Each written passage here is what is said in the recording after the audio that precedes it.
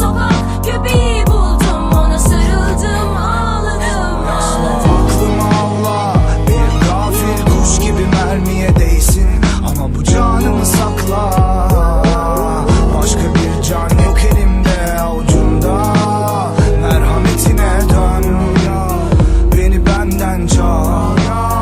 Buna lüzum var, buna lüzum var. Aklımı avla, bir gafil kuş gibi mermiye değsin, ama bu canımı sakla. Başka bir can yok elimde avucumda, merhametine dön, beni benden çal. Buna lüzum var, buna lüzum var. Yarım yanmış yarım dolmuş, aklım buna şaşmış, ama şaşmamam gerekmiş. Bu şaşkınlıklar aptalcaymış, senin kalbin ahşapçaymış, benimki kezapça, bu aşk ahmakça. Geç ve köşene otur suskun, senin zamanın değil bu zaman.